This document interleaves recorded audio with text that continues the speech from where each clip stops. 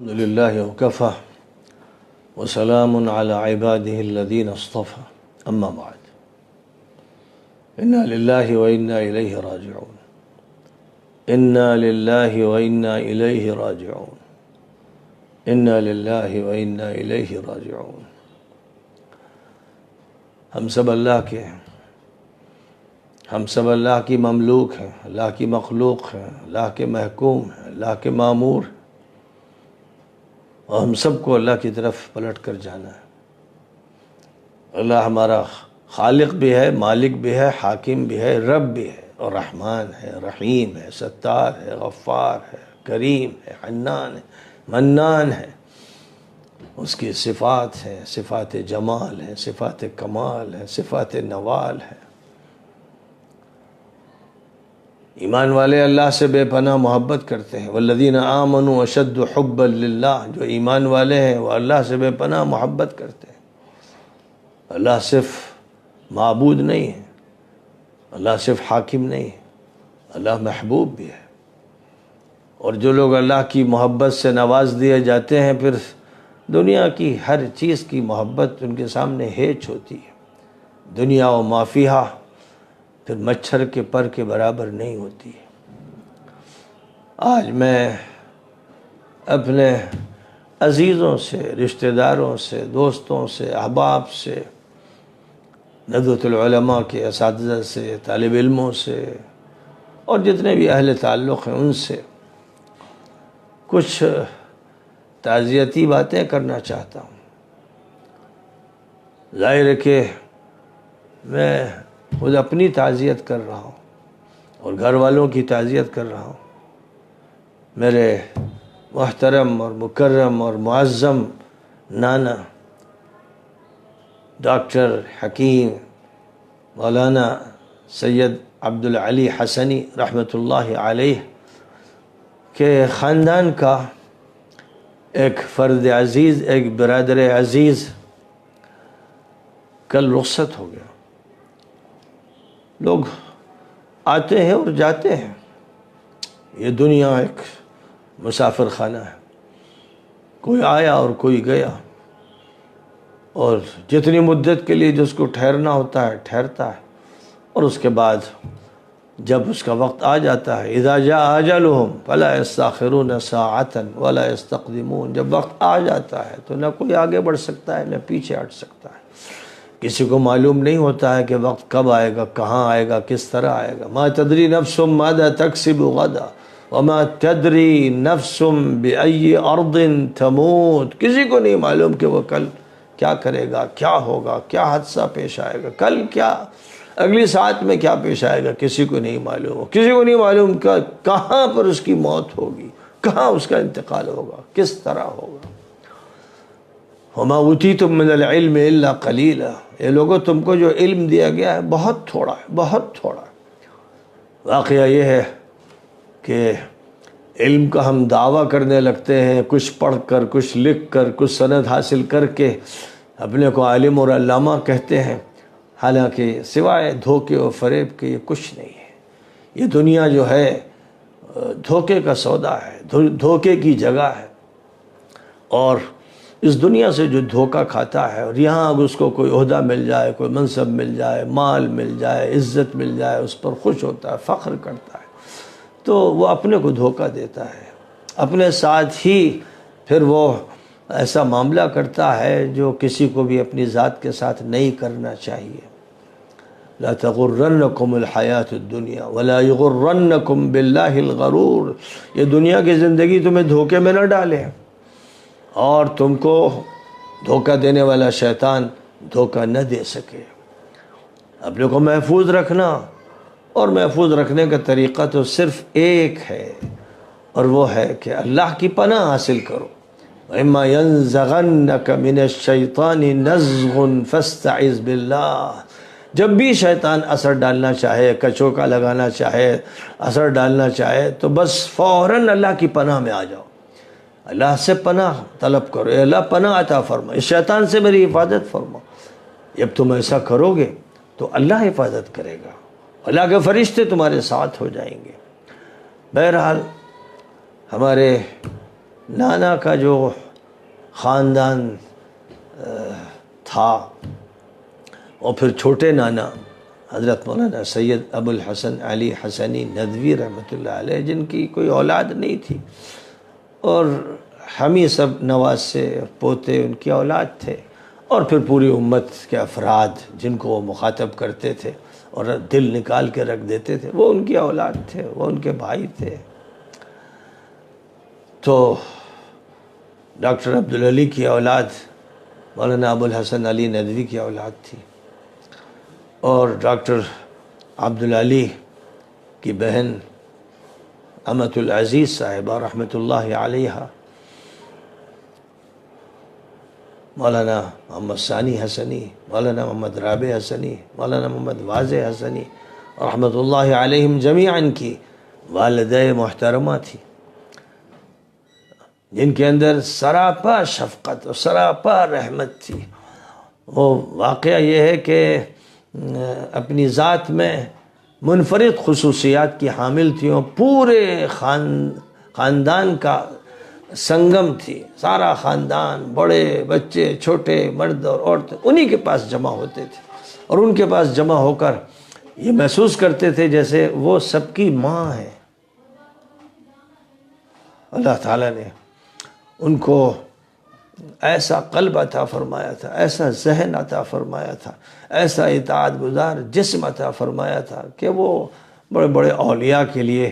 قابل رشک تھی۔ اور ان کی دوسری بہن امت اللہ تسنیم سیدہ عائشہ رحمۃ اللہ علیہ تھی، جو ان سے چھوٹی تھی، وہ اس میں بامسمہ تھی۔ حضرت عائشہ صدیقہ رضی اللہ تعالی عنہ کی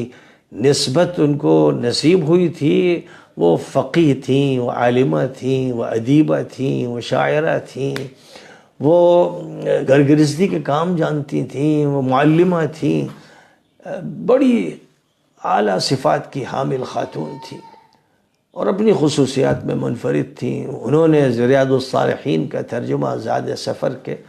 نام سے کیا، جو ماشاءاللہ بہت ہی مقبول ہوا، جگہ جگہ اس کو پڑھا جاتا ہے، سنایا جاتا ہے،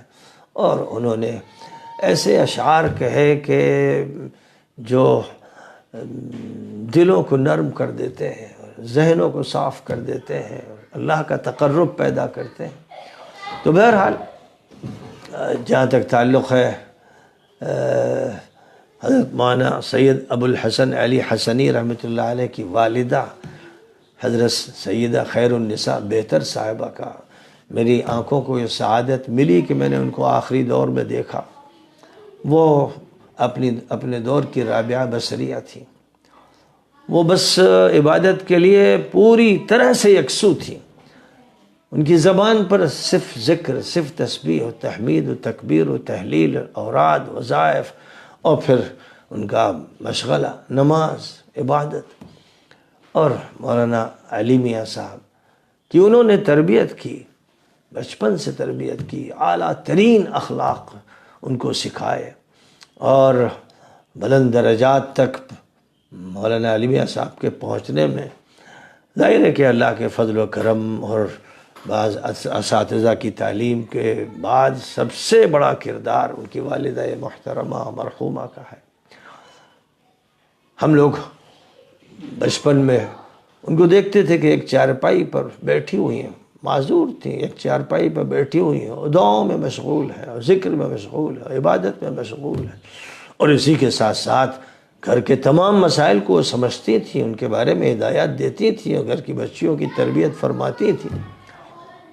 تو وہ ایک ایسا نمونہ تھی کہ جن کو دیکھ کر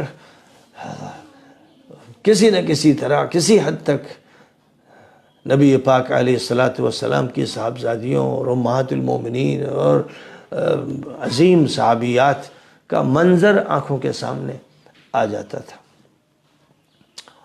بہرحال امت العزیز صاحبہ کے جو شوہر تھے، یعنی ہمارے وہ بہرحال رشتے کے وہ بھی نانا ہوئے، تو وہ بولنے کی قدرت نہیں رکھتے تھے۔ رشید ان کا نام جناب رشید احمد تھا. اللہ تعالیٰ نے ان کو ایسی اولاد عطا فرمائی، ان کی نیک نیتی، ان کا خلوص، ان کا تعلق مع اللہ، ان کے بلند اخلاق کا یہ نتیجہ تھا کہ اللہ تعالیٰ نے ان کو جو اولاد عطا فرمائی، مولانا محمد ثانی و مولانا محمد رابع و مولانا محمد واضح، تینوں علماء، داعی، مبلغ اور انشا پرداز اور مورخ، بڑی خصوصیات اللہ تعالیٰ نے ان میں جمع کر دی تھی. تو مولانا واضح رشید صاحب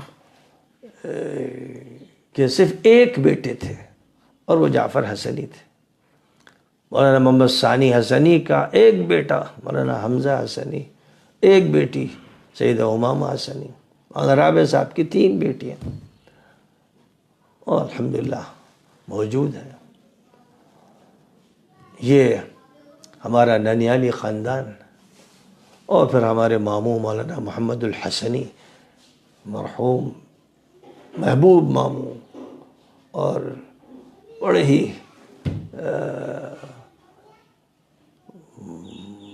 مخدوم اور معظم اور محترم ماموں، اور بڑی محبت فرمانے والے. تو ان کے ساتھ ظاہر ہے کہ میری سینکڑوں مجلسیں ہوئیں، میں نے ان سے فائدہ اٹھایا. اور ان کی اولاد میں ہمارے چھوٹے بھائی مولانا عبداللہ حسنی رخصت ہو گئے، اور پھر دوسرے مولوی عمار ہیں، تیسرے مولوی بلال ہیں. اللہ تعالیٰ راہ حق پر سب کو استقامت عطا فرمائے. بہرحال جہاں تک مولوی جعفر حسنی کا تعلق ہے، وہ ہم سے 10 سال تقریباً چھوٹے تھے. انہوں نے 59 سال کی عمر میں لگ بھگ انتقال کیا. میں 70 کو پہنچ چکا ہوں. 10-11 سال کا میرے ان کے درمیان فرق رہا. اور خاندان میں، نانیالی خاندان میں، سب سے پہلے میرے والد نے اہتمام سے مجھے حفظ کرایا. تو الحمدللہ میرے والد کا یہ فیض تھا کہ میرے بعد پھر مولانا واضح صاحب نے جعفر کو حفظ کرایا دلی میں، اور مکتبی تعلیم ان کی وہاں ہوئی. آگے کی جو تعلیم ثانوی اور عالی تعلیم تھی وہ ندوۃ العلماء میں ہوئی. میں جس زمانے میں پڑھتا تھا اس کے آخری دور میں مولانا واضح صاحب دلی سے ریڈیو اسٹیشن میں وہ جو خدمت انجام دیتے تھے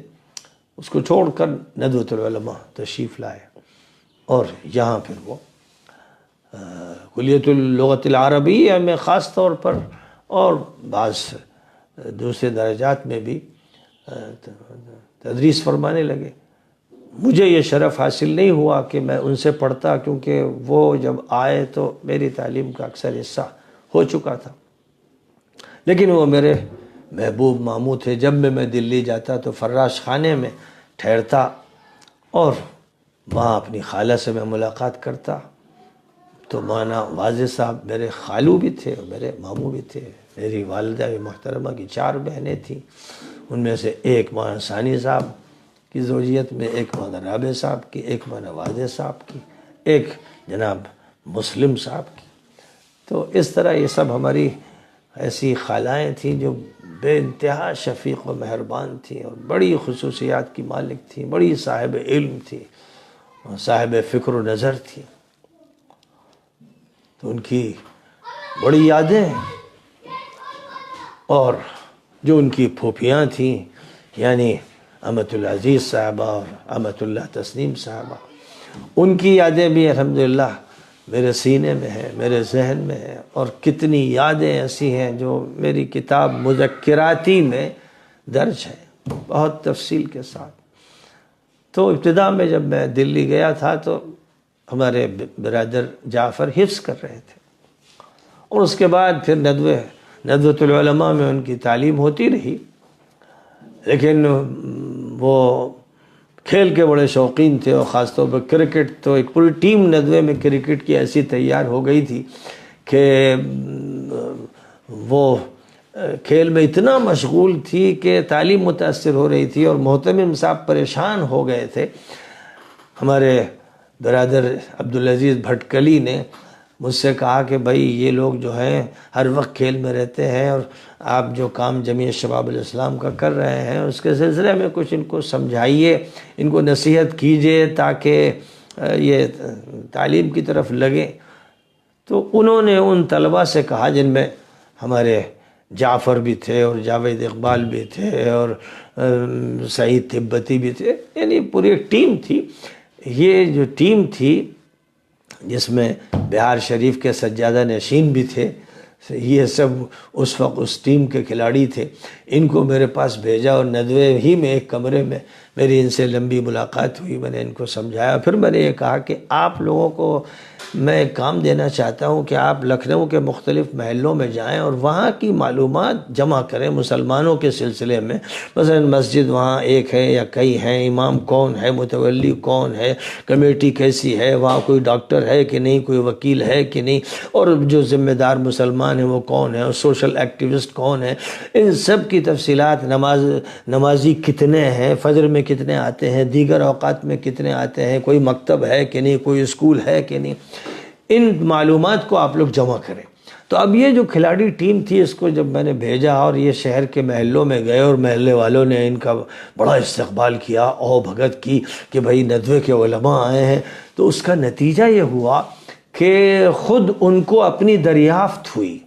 اور ان کو ایسا لگا کہ اتنی ہماری عزت کی جا رہی ہے اس نسبت سے کہ ہم ندوے سے آئے ہیں اور کچھ معلومات جمع کرنا چاہتے ہیں۔ اس کا یہ نتیجہ ہوا کہ کمبل ان کو لپٹتا چلا گیا، اور پھر وہ اس کام کی طرف متوجہ رہے، اور میں ان کو ہر ہفتے بھیجتا رہا اور یہ معلومات وہ لاتے رہے، یہاں تک کہ ہوتے ہوتے جمعیت شباب الاسلام کا ہراول دستہ بن گئے۔ یعنی پہلی ٹیم جو مجھے جمعیت شباب الاسلام کے لیے ملی وہ یہی ٹیم تھی جس میں ہمارے برادر جعفر تھے اور دیگر احباب تھے، اور پھر ماشاءاللہ اس ٹیم سے بڑا کام لیا گیا، ہفتے واری پروگراموں کے لیے بھی، ماہانہ پروگراموں کے لیے بھی، سالانہ اجلاس کے لیے بھی یہ ٹیم سب سے زیادہ پیش رہتی تھی۔ اور جہاں تک ولی جعفر کا تعلق ہے تو وہ کیونکہ ہمارے بھائی بھی تھے اور محبت کرتے تھے اور مجھے ان سے بہت اچھا اور گہرا تعلق تھا، اس لیے پھر جمعیت شباب کے کارکن کی حیثیت سے کام ہوتا رہا، اور دوسری طرف وہ اپنی استعداد کو پھر ٹھیک کرتے رہے، خاص طور پر مولانا وادع صاحب نے ان کو عربی زبان خود سکھانا شروع کی اور عربی اسلوب سمجھایا، اور پھر عربی میں لکھنے کی صلاحیت پیدا کی، مشق کرائی، تو دھیرے دھیرے ماشاءاللہ ان کے اندر یہ مشق پیدا ہو گئی کہ وہ مضمون عربی میں لکھنے لگے، اور پھر مدرسہ عرفانیہ میں وہ اور ہمارے چھوٹے بھائی مولوی محمد اسحاق حسینی دونوں بڑے گہرے دوست، دونوں مدرسہ عرفانیہ میں مدرس بن گئے اور ساتھ جاتے تھے، ساتھ آتے تھے، اور جیسے ہمارے لیے اسحاق حسینی تھے ویسے ہمارے لیے جعفر حسنی تھے، دونوں ہمارے چھوٹے بھائی، دونوں جمعیت شباب الاسلام کے کارکن اور دونوں محبت کرنے والے اور قدر کرنے والے۔ تو بہرحال یہ تعلق رہا، اور یہاں تک کہ حضرت مولانا علی میاں صاحب کی میں کتابوں کا ترجمہ کرتا تھا، مجدد الف ثانی کی حیات کا ترجمہ کیا اردو سے عربی میں، شاہ ولی اللہ دہلوی پر جو میں نے لکھا اس کا ترجمہ کیا، دستور حیات کا میں نے ترجمہ کیا عربی سے اردو میں ترجمہ کیا، مولانا کی متعدد کتابوں، یہاں تک کہ کاروان زندگی جب مولانا نے لکھی تو وہ بھی مجھے ترجمے کے لیے دی، میں نے ایک جلد کا کیا، دوسری جلد کا کیا، تیسری جلد کا کیا، لیکن پھر میری مشغولیتیں شباب کی اتنی بڑھ گئی کہ بس کوئی جمعرات جمعہ خالی نہیں، اور مہینوں کے جو پروگرام تھے ان میں مشغولیت، نتیجہ یہ ہوا کہ قلم بالکل رک گیا، پھر میں ترجمہ کر ہی نہیں سکا، یہاں تک کہ بڑے انتظار کے بعد مولانا علی میاں صاحب نے اب یہ ذمہ داری جعفر کو دی کہ تم ترجمہ کرو۔ ظاہر ہے کہ مولانا وادع صاحب کی نگرانی میں ترجمے کا عمل جعفر حسنی نے شروع کیا، اور ماشاءاللہ بہت اچھا ترجمہ کیا، پھر اور بھی دیگر کتابوں کے ترجموں کے مواقع ان کو ملے، اور عربی زبان میں بھی ان کا قلم رواں ہوتا چلا گیا، یہاں تک کہ وہ دھیرے دھیرے الرائد کے ذمہ دار بن گئے۔ پہلے تو اس کا ایک گوشہ جو جوانوں سے متعلق اور بچوں سے متعلق تھا اس کو بہت ہی اچھے انداز سے اور کامیابی کے ساتھ انہوں نے نکالا، اور اس کے بعد پھر مولانا واضح صاحب کے انتقال کے بعد وہی اس کے مدیر بھی بن گئے، اور اللہ تعالیٰ نے ان کو اس کی توفیق بھی دی کہ مسجد میں درس قرآن کا سلسلہ شروع کیا۔ یہ جمعیت شباب الاسلام کے درس قرآن کے سلسلے کا ہی ایک حصہ تھا، اور انہوں نے قرآن پاک کا درس دینا شروع کیا،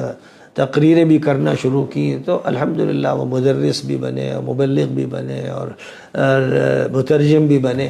مختلف صلاحیتیں اللہ نے عطا فرمائی، اور پھر آخری دور میں جو حالات ہوئے اور ندوے میں جس طرح کی باتیں چلیں، ان میں ظاہر ہے کہ وہ پھر فریق ثانی کی طرف چلے گئے، اور بہت سی باتیں ہوتی رہیں جو ظاہر ہے کہ مناسب نہیں تھیں، اور میں بار بار یہ دعوت دیتا رہا کہ مل کے بیٹھیں، خاندان کے لوگوں کا آپس میں تعلق ہونا چاہیے، ایک دوسرے سے محبت ہونی چاہیے، کوئی اختلاف اگر علمی ہے، فکری ہے، ذوقی ہے تو اسے حل کرنا چاہیے، نہ بھی حل ہو تو کوئی حرج نہیں ہے، اپنے اپنے ذوق، اپنے اپنے افکار کے ساتھ، اپنے خیالات کے ساتھ لوگ رہتے ہیں۔ ایک گھر کے جو لوگ ہوتے ہیں، بھائی ہوتے ہیں سگے، ان میں ذوق کا اختلاف ہوتا ہے، فکر کا اختلاف ہوتا ہے، تو اس سے کوئی جھگڑا نہیں ہونا چاہیے۔ یہ میں مسلسل اپنے بیانات میں کہتا رہا، تحریروں میں اس کی دعوت دیتا رہا، لیکن بہرحال جو لوگ بھی بیچ میں گھس جاتے ہیں، آستین کے سانپ ہوتے ہیں، انہوں نے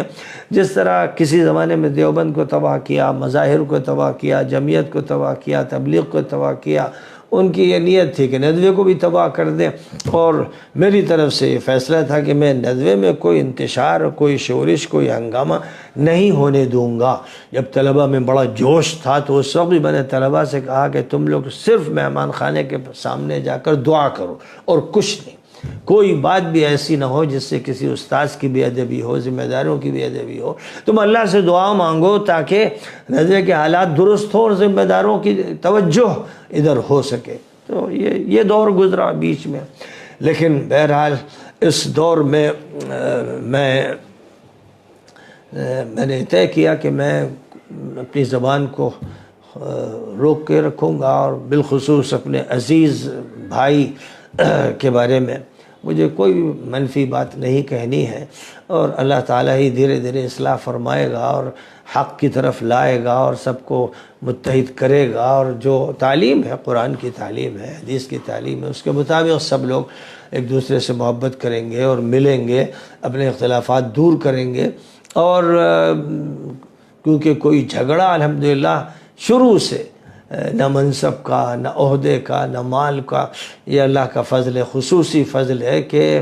میرے دل کو اللہ تعالیٰ نے اس سے بالکل صاف کر دیا۔ مجھے ندوے کا کوئی عہدہ نہیں چاہیے، کوئی ندوے سے دولت نہیں چاہیے، تو یہ بات کیونکہ میں نے پہلے دن سے طے کر رکھی تھی، جب میں ریاض سے ندوے آیا تھا، جس وقت ندوے میں میری 600 روپے تنخواہ تھی اور ریاض میں مجھے 6000 ملتے تھے، یعنی طالب علم کی حیثیت سے، اور اس کے بعد مجھے وہاں مدرس رکھا جا رہا تھا، لیکچرر رکھا جا رہا تھا، اور 1 لاکھ تنخواہ دی جاتی۔ لیکن میں نے حضرت مولانا علی میاں صاحب اپنے نانا کے فیصلے کو اور خود اپنے دل و ضمیر کے فیصلے کو مقدم رکھا کہ مجھے ندوے جانا ہے، اسی کی خدمت کرنی ہے، اسی کے لیے جینا و مرنا، یعنی اسلام کی خدمت کرنی ہے۔ اس تناظر میں جو ندوے کی عظیم تحریک کا تناظر ہے کہ پوری امت کو جوڑنا ہے، اسی کے لیے ندوہ قائم ہوا تھا جب سخت انتشار تھا۔ تو میرا مشن شروع سے وہی رہا، اور جمعیت شباب الاسلام میں نے اسی کے لیے قائم کی۔ تو جعفر حسنی میرے معاون رہے، مسلسل رہے، یعنی یہ سمجھا جائے کہ 1974 میں نے جمعیت شباب الاسلام قائم کی، اور پھر 84 اور 94 اور 104 اور 114 اور 124، غور فرمائیے 50 سال جو ہے ہمارے ساتھ ہمارے برادر عزیز جعفر حسنی کا تعلق رہا، اور تعاون کا تعلق رہا، محبت کا تعلق رہا، دفاع کا تعلق رہا۔ تو بہرحال اب تو میں ان کے لیے دعا کر سکتا ہوں کہ ایک حادثے میں رائے ویلی کے ایک چوراہے پر کھڑے تھے اور اپنا مفلر باندھ رہے تھے، اچانک ایک کار نے کیسی ٹکر دی کہ جس نے ان کو گرا دیا، اور بس گرانا ہی ان کے لیے موت کا پیغام تھا، اور وہ رخصت ہو گئے۔ میں نے کل ایک چھوٹے سے بیان میں یہ بات کہی کہ انشاءاللہ ان کی شہادت ہوئی۔ اس طرح کی جو موت ہوتی ہے اللہ تعالیٰ اس کو شہادت کا درجہ دے دیتا ہے۔ جل کر کوئی اگر مر جاتا ہے، یا اس پر چھت گر جاتی ہے، یا وہ ڈوب جاتا ہے، یا طاعون میں مبتلا ہو جاتا ہے، یا پیٹ کے کسی مرض میں، ظاہر ہے اس طرح کی مثالیں نبی پاک علیہ السلام نے دی ہیں، حصر کے لیے نہیں بلکہ مثال کے طور پر۔ اور اس میں جہاں تک اس حادثے کا تعلق ہے، جس میں ویسے ہی عمل ہوتا ہے جیسے کسی شہید کا میدان جنگ میں ہوتا ہے، جس کو گولی لگتی ہے اور وہ تڑپ کے گر پڑتا ہے،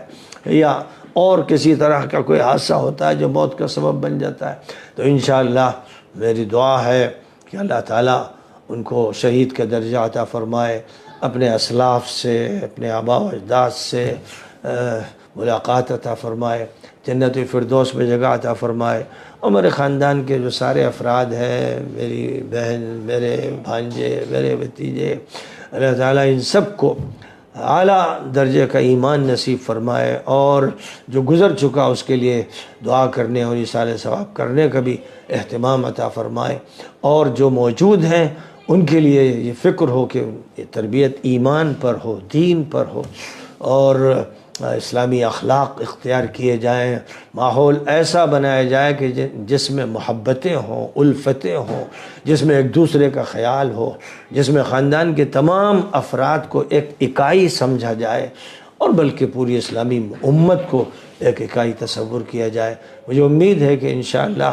اللہ تعالیٰ ان کو غریق رحمت فرمائے گا، جنت الفردوس میں جگہ نصیب فرمائے گا۔ میں اس وقت بات کر رہا ہوں، میرا درس 12 بجے سے شروع ہوتا ہے۔ میں نے قرآن پاک کا درس دیا، سورۃ البقرہ کی وہ آیات جن کا تعلق بنی اسرائیل سے ہے، اور بنیادی ہدایات ان کو دی گئی ہیں۔ ابھی میں نے ان آیات کا درس دیا ہے، اور درس کے اختتام پر جو بات آئی کہ وَاسْتَعِينُوا بِالصَّبْرِ وَالصَّلَاةِ، مدد حاصل کرو صبر سے اور نماز سے، یعنی نفس پر کنٹرول رکھو اور نماز کے ذریعے اللہ سے لو لگاؤ۔ اور یہ فرمایا گیا کہ نماز بھاری ہے ان پر جن کے دل صاف نہیں ہے، روگی ہیں، نفاق ہے جن میں، اور نماز ہلکی ہے بلکہ پسندیدہ اور محبوب ہے ان کے لیے کہ جو اللہ سے ملاقات کے منتظر ہے۔ پھر میں نے یہ کہا کہ الحمدللہ ہمارا بھائی جعفر بھی اللہ سے ملاقات کا منتظر تھا، مومن تھا، نیک و صالح تھا، اور دنیا سے ایمان کے ساتھ رخصت ہوا، نماز کا پابند، دین کا پابند، اور بہت سی خوبیوں کا حامل تھا۔ تو اس طرح اللہ تعالیٰ اپنے فضل و کرم سے ہمارے اس پورے ننیالی خاندان اور پھر ددیالی خاندان کو اپنی حفاظت میں رکھے، اعلیٰ اخلاق سے نوازے، آپس کی محبتوں سے نوازے، تمام طرح کی جو کدورتیں ہیں ان کو دور فرمائے، اور اس دنیا کی جو مختصر سی زندگی ہے اس کو اچھی طرح گزارنے کی توفیق عطا فرمائے۔ آخری وقت کلمہ طیبہ لا الہ الا اللہ کے ساتھ آئے، اور اس کے بعد اللہ تعالیٰ برزخی زندگی میں اپنی نعمتوں سے نوازے اور قبر کو جنت کا باغیچہ بنا دے۔ وآخر دعوانا الحمد للہ رب العالمین۔